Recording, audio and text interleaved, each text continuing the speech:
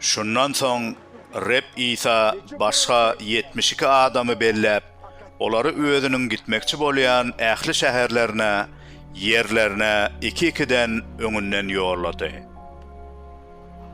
Olara şeýle diýdi: "Hasyl bol, ýöne işgär az. Şonuň üçin hem hasylyny ýygmaga işgär ýeberer ýaly hasyl eýesi Rebbe ýalwaryň.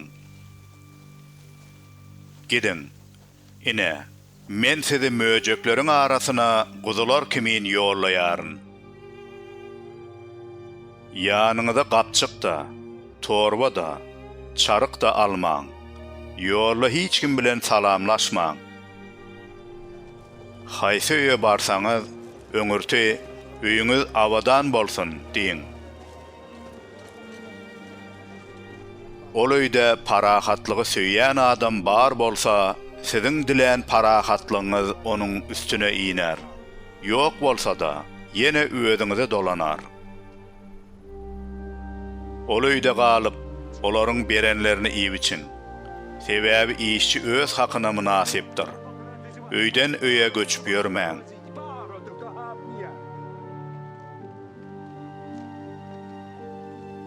Bir şähere baranyňyzda kabul edilseňiz, öňüňizde näme goýulsa şonu ýiň. Ol ýerdäki hassalara şifa beriň we olara Hudaýyň şalygy size golaýlady diýin. Emma başga bir şähere baranyňyzda kabul edilmeseňiz, onuň köçelerine çykyňda olara şäheriňizde ayagymyza ýapyşan tozany da size garşy kakýarys. Emma şunu bilin, Hudaýyň şalygy golaýlandyr diýin. Siz aýdýaryn, Kıyamet günü ol şäheriň ýagdaýy Sodom şäheriniň ýagdaýyndan has beter bolar.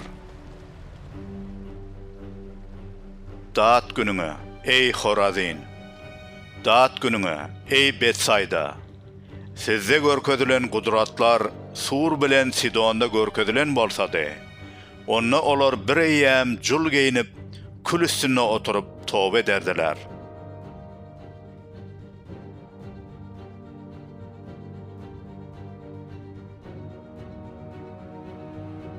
Emma kıyamet günü siziň ýagdaýyňyz Sur bilen Sidonyň ýagdaýyndan has beter bolar.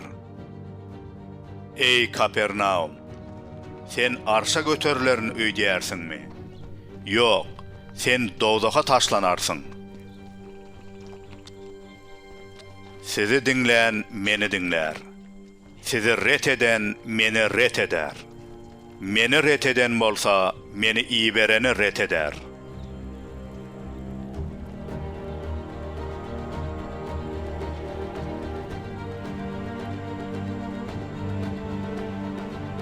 Onsoň şol 72 şägirt uly şatlyk bilen dolanyp gelip, "Ey ağa, seniň adyňy agdanymyz? Arwah jynlar hem bize boyun bolýarlar," diýdiler. İsa olara, "Men şeytanyň gökten ýyldyrym ýaly bolup aşagy inenini gördüm. Men size ýylanlary, içýanlary we düşmanyň ähli güýjüni depelemäge ygtyýar berdim. Hiç zat size deper ýetirmez.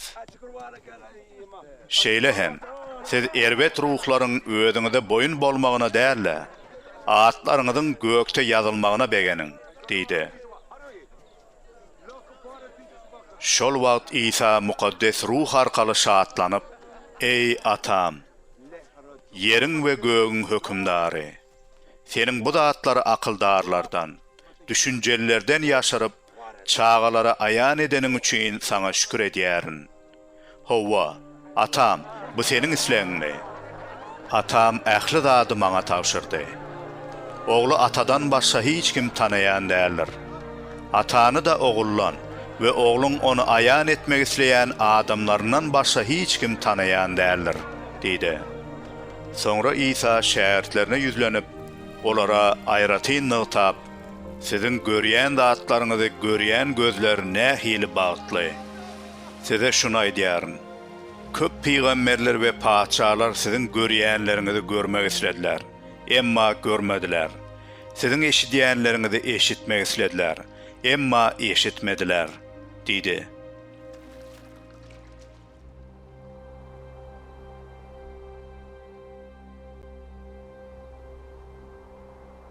Bir dinar İsa'ny synamak üçin yerinden turup, "Mugallim, baqy ýaşaýşy miras almak üçin men näme etmeli?"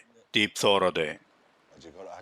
İsa onuň özüne sorag bilen ýüzlenip, "Tövratda näme ýazylgy? Sen muňa nähil düşünýärsiň?" diýdi.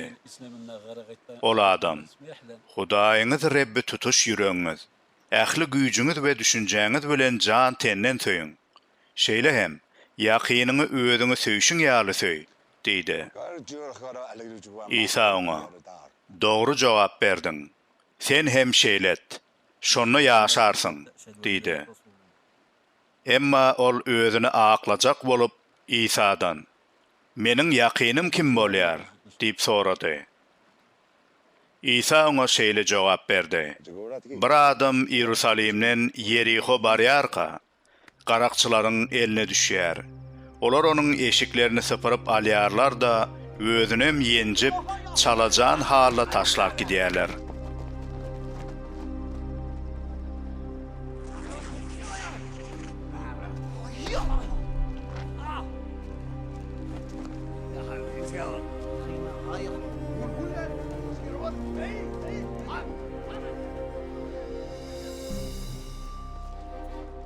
Tötenlikde bir ruhany şol ýoldan barýarka ol adamy görüp, ýoluň ol tarapy bilen geçip gidýär.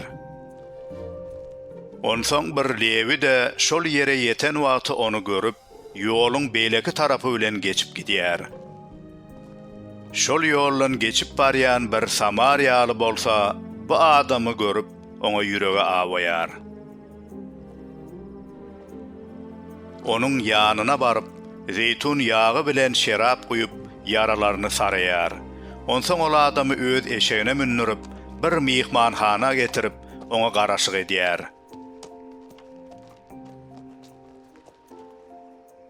Şol günüň ertesi mihmanhananyň eýesine 2 kümüş teňe çykaryp berip, "Muňa gowja seret. Artyk maş çyktaja etseň, gyzyma gelýärkäm bererin" diýär. Senin pikiriňçe, bu 3 adamyň haýsysy garakçylaryň eline düşen adamyň ýakyny bolýar? Dinar, oňa rehim eden adam, diýip jogap berdi. İsa hem oňa, "Bar, sen ne şonuň ýaly et" diýdi.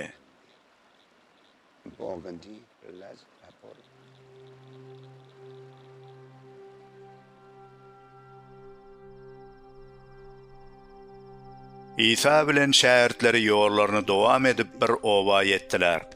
İsa oba girenne, Marta atly bir aýal onu mihman aldy. Bu aýalyň Meryem atly bir gyz dogany bardy. Ol Reb İsa'nyň alkymyna baryp oturup, onuň sözlerini dinleýärdi. Marta bolsa işleriniň köptügünden ýaňa başagaýdy. Ol İsa'nyň ýanyna gelip, "Agam, uyamyň meni ýeki özüme hyzmat ettirip oturmagy seniň perwaýyňa da dälmi? Oňa aýt, maňa kömekleşsin" diýdi. Reb İsa oňa, "Wah, Marta, Marta, sen köp zatlar barada aladalanyp başagay bolýarsyň. Diňe bir zat gereklidir. Meryem iň oňadyny saýlady we bu onuň elinden hiç alınmaz" diýip jogap berdi.